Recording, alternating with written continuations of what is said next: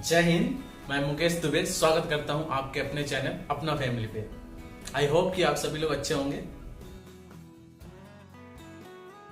और इस वीडियो में हम लोग बात करेंगे कि हिस्ट्री ऑफ होटल, इसका ओरिजिन और ग्रोथ कैसे हुआ इंडिया लेवल पे और वर्ल्ड लेवल पे, इस पे हम लोग बात करेंगे। तो अगर आप लोगों ने पिछली वीडियो नहीं देखी होगी व्हाट इज होटल, तो आई लिंक पे मिल जाएगा, आप लोग जाके वहां देख सकते हैं, ताकि ये चीजें जो हिस्ट्री है वो आप लोगों को ज्यादा बेहतर समझ में आ सके। तो from a little boutique hotel to a large property they can be found all over the world. But सवाल ये है कि ये जो होटल है, ये इंडस्ट्री है, आई कहाँ से, ओरिजिन कहाँ से हुई, इसका हिस्ट्री क्या है। तो अगर हम हिस्ट्री की बात करें तो इसको हम लोग दो पार्टों में डिवाइड करके देखेंगे होटल की हिस्ट्री को। एक तो origin in growth of hotel in world and एक दूसरा होगा origin and growth of the hotel in India. अभी हम पहली बात करेंगे पहली वर्ल्ड लेवल पे, फिर आएंगे दूसरे पार्ट में। अगर हम लोग नहीं तो वीडियो लंबी हो जाएगी, दूसरे पार्ट में हम लोग बात करेंगे इंडिया लेवल पे। तो हम लोग बात कर रहे हैं origin and growth of world level. तो इसको हम लोग तीन भाग जो पार्ट होते हैं उसमें हम लोग डिवाइड करेंगे हिस्ट्री को, होटल हिस्ट्री को तीन पार्टों में अगर वर्ल्ड लेवल पर देखेंगे तो डिवाइड करेंगे। पहला होगा एंशिएंट एरा, दूसरा होगा ग्रैंड टूर और तीसरा होगा जो अभी मॉडर्न सिनारियो है, मॉडर्न एरा। तो एंशिएंट एरा की बात करें तो जो प्राचीन काल में दो ही ऐसे जो मेनली लोग थे जो ट्रेवल करते थे, एक प्रकार से कह सकते हैं, जैसे वॉरियर्स हो गए और ट्रेडर्स हो गए। वॉरियर्स जो युद्ध करते थे तो वो लोग तो अपने रहने के लिए टेंट का यूज करते थे, और जो ट्रेडर्स होते थे, जो व्यापारी होते थे, जो कपड़ों का टूल्स का व्यापार करते थे, वो लोग जो थे वो झुंडों में चलते थे और वो लोग झुंड में ही रहा करते थे टेंट लगा के। झुंड में रहने का उन लोगों का अपना फायदा होता था, सुरक्षा कारणों से वो लोग झुंड में रहते थे, सुरक्षित रहते थे। और जब ये ऐसे ही चलता रहा, लेकिन जब ट्रेवर्स लोग ज्यादा बढ़े तो जो रोड के किनारे या फिर कुछ ऐसे जगहों पे इंस की शुरुआत हुई। इंस जो होते हैं, जो सराय इंडिया में बोलते हैं या धर्मशाला बोलते हैं, ऐसे ही अलग अलग कंट्रियों में अलग अलग नाम है उनके, जैसे रिले हाउस चीन में, कॉफी हाउस अमेरिका में, और ऐसे ही करके जैसे पूषा दास पुर्तगाल में, ऐसे करके हर जगह पे उनका अलग अलग नाम है। तो ये जो इंस होते थे वो जो है एक्चुअली जो है वो प्राइवेट रेसिडेंट होते थे, जो कि टेम्पररी रेसिडेंट में बदल दिया गया। और जो वहाँ के लोकल लोग होते थे वो इनको संचालित करते थे, चलाते थे। जिसमें नॉर्मली क्या होता था कि जो ट्रेवल्स होते थे, ट्रेडर्स होते थे मेनली, उनको एक छोटा सा बेंच या खाट दे दिया जाता था, जिसमें वो खुद का अपना बेडशीट लगाते थे, सोते थे। एकदम से हॉल टाइप का होता था, रूम टाइप का, और उसमें उनको खाने पीने की कोई व्यवस्था नहीं होती थी। लेकिन क्योंकि जो ट्रेवल्स होते थे उस जमाने में वो खुद के खाने पीने की चीजें लेकर आया करते थे। और ये परंपराएं हर कंट्री में, हर देश में उस समय, हर वर्ल्ड लेवल पे यही इंस हुआ करते थे। फिर उस जमाने में क्या हुआ कि जब साउथ इटली में फर्स्ट सेल्टरिंग सिस्टम की शुरुआत हुई, पोम्पोई उसका नाम था। और जब बाइबल एरा आया 3rd सेंचुरी में, उस समय जब यूरोप में ईंटों का चलन प्रचलित हुआ, उसका चलन में आया ईंट, रोडे बनने लगे, सड़कें बनने लगी, तो उस समय सड़कों के किनारे शेल्टरिंग हाउस टाइप बनाए जाते थे, जिसमें जो ट्रेवलर्स होते थे, जो ट्रेवल करते थे, जैसे ट्रेडर्स हो गए, वो लोग उसमें रहते थे। उसको उस जमाने में हवेली बोलते थे।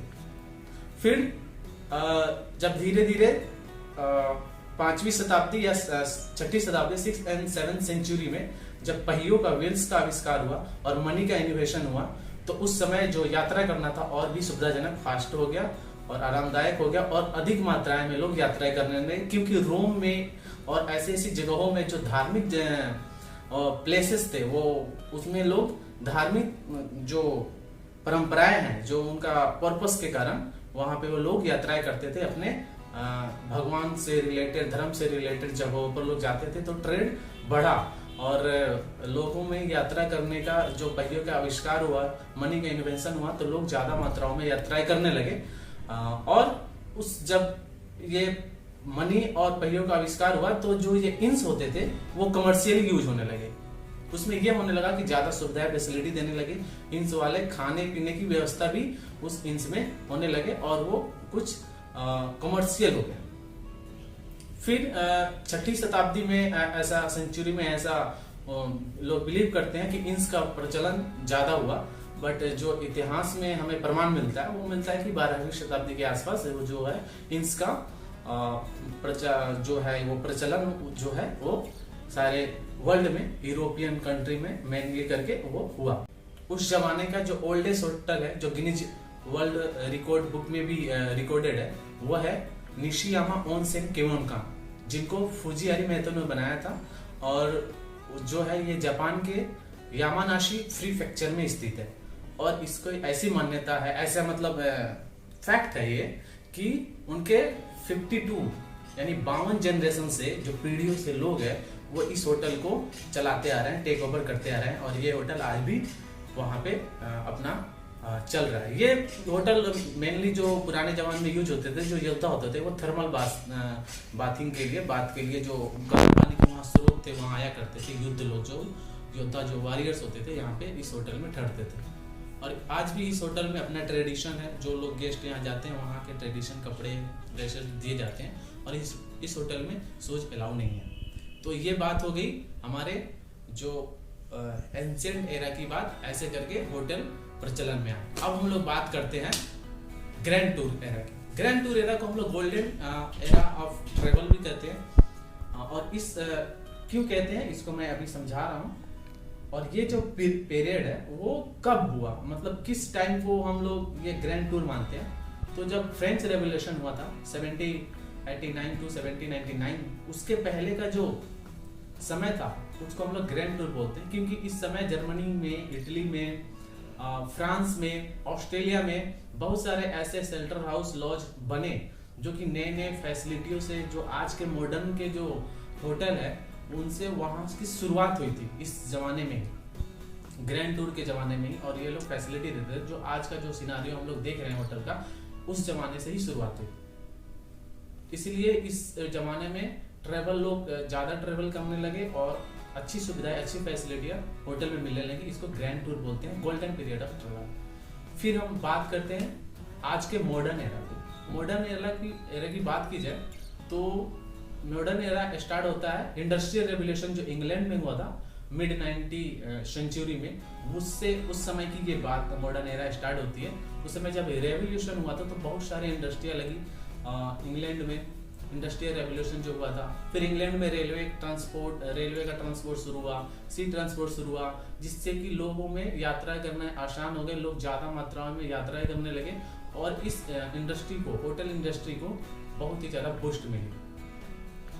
फिर 1794 में अमेरिका में एक होटल ओपन हुआ जिसका नाम था सिटी होटल, जो कि 73 जिसमें वो रूम थे और ये अमेरिका का पहला होटल था जो अपना ट्रेडिशन का था। इससे पहले वो यूरोप के जो ट्रेडिशन से इनसे मतलब जो यूरोप वाले जो इन थे उनसे ही ये लोग प्रेरित होके वही ट्रेडिशन के इंस भी अमेरिका में भी चलता था। लेकिन जब पहला सिटी होटल वहां पे खुला 1794 में, तब जाके अमेरिका वाले ने खुद के ट्रेडिशन का वो होटल खोला जिसमें 73 रूम थे। फिर जाके ट्रीमोंट हाउस बोस्टन में खुला। ये जो होटल खुला था ये set a landmark of development of hotel industry, क्योंकि ये जो होटल था ये first luxurious hotel of the world था, ट्रीमोंट हाउस। तो ये बहुत सारी फैसिलिटियां देता था, एड ऑन फैसिलिटियां इस होटल में। इस होटल ने पहली बार लॉकर सुविधाएं दी, इस होटल ने पहली बार इंडोर प्लम्बिंग की सुविधाएं दी, रनिंग वाटर की सुविधाएं दी और इस होटल ने पहली बार फ्रंट ऑफिस सर्विस की शुरुआत की, जिसमें बेल बॉय और रिसेप्शन की शुरुआत हुई इसी होटल से, ट्रीमोंट हाउस से। और इससे पहले किसी भी होटल में फ्रंट ऑफिस में बेल बॉय और रिसेप्शनिस्ट नहीं होते थे। उसके बाद तो फिर 1908 में 1908 में फर्स्ट बिजनेस होटल बना स्टार्टलर बुफेलो में, जिसमें कि 450 रूम थे। और इस होटल ने पहली बार इलेक्ट्रिक लैंप, सारे कैमरे में रेडियोस और बहुत ही सारे आधुनिक सुविधाएं देना शुरू किया। और आज उसके बाद जब लेकिन वर्ल्ड वार हुआ मेनली करके, सेकेंड वर्ल्ड वार 1939 टू 1945 तक, इसमें क्या हुआ, यूरोप में जो ये होटल इंडस्ट्री थी वो कोलैप्स कर गई, यानी कि वो स्लो हो गई और इसमें बहुत सारा नुकसान हुआ होटल इंडस्ट्री को। लोग यात्राएं करना नहीं चाहते थे, लेकिन जब ये कमर्शियल एयरक्राफ्ट का जो प्रचलन आया तो लोगों ने ग्लोबली यात्रा करना, ट्रेवल करना स्टार्ट किया, तो फिर से इंडस्ट्री जो थी यूरोप में एक्सेलरेट हो गई और फिर से आगे बढ़ने लगी। फिर 1950 में 1950 आते आते ऑटोमोबाइल्स का प्रचलन आया, तो फिर ऑटोमोटल्स और ऑटो होटल्स एंड मोटल्स भी बनने लगे। मोटल्स इन्हें कहते हैं जो रोड के किनारे होते हैं, हाईवे के किनारे, और जो ट्रेवल्स होते हैं, आज भी होते हैं। तो ये उनको पार्किंग सुविधाएं भी देता है, लॉजिंग सुविधाएं भी है, खाने पीने की व्यवस्था होती है। तो इससे क्या हुआ, यात्रा करने वाले जो ट्रेवलर्स हैं उनको ज्यादा दूर होटल खोजने की जरूरत नहीं पड़ती है, और वो जहाँ जा रहे हैं रोड के किनारे ही थोड़ी दूर पे वहाँ पे आराम से पेट्रोल पंप हो, रोड के किनारे हो, रुकते हैं और अपना मतलब यात्राएं सुविधाजनक बनाते हैं। इससे जो ऑटोमोबाइल्स का रेवोल्यूशन हुआ, इससे भी होटल इंडस्ट्री में बहुत सारा बूस्ट मिला और होटल इंडस्ट्री एक अलग ही मुकाम पर पहुंची और चलती चली गई। और आज का सिनारियो आप देख ही रहे हैं, आकाश गगन चुमती इमारतें से लेकर हजारों जो रूम के होटल्स हैं दुनिया में, आकाश से लेकर जमीन तक, पेड़ों पे, पहाड़ों पे, और ना जाने कई यूनिक होटल है, कितने चेन प्रॉपर्टी है, कितने स्टार प्रॉपर्टी है आज के जमाने में। और जो आज का सबसे biggest hotel of the world है, जो गिनीज वर्ल्ड बुक में भी रिकॉर्डेड है, वो है पेहेंग, जो मलेशिया में है, जिसमें 7,351 रूम्स हैं, 7,351 रूम्स। और जो सबसे हाईएस्ट होटल है वो रिटेज कार्ल्टन है, जो हांगकांग में है, जो दुनिया का सबसे हाईएस्ट होटल है। तो ये जो बात हो गई, ये हो गई हमारे ओरिजिन इन ग्रोथ और history of the hotel in world scenario, world level पे। दूसरी वीडियो में हम लोग बात करेंगे जो ये ओरिजिन है और ग्रोथ है होटल का, वो इंडिया में कैसे हुआ, इंडिया लेवल की बात करेंगे। इसके पार्ट 2 में बने रहिए आप हमारे साथ, और उम्मीद करते हैं कि आपको ये जानकारी समझ में आई होगी। और लाइक कर दीजिए, कमेंट कर दीजिए। Take care.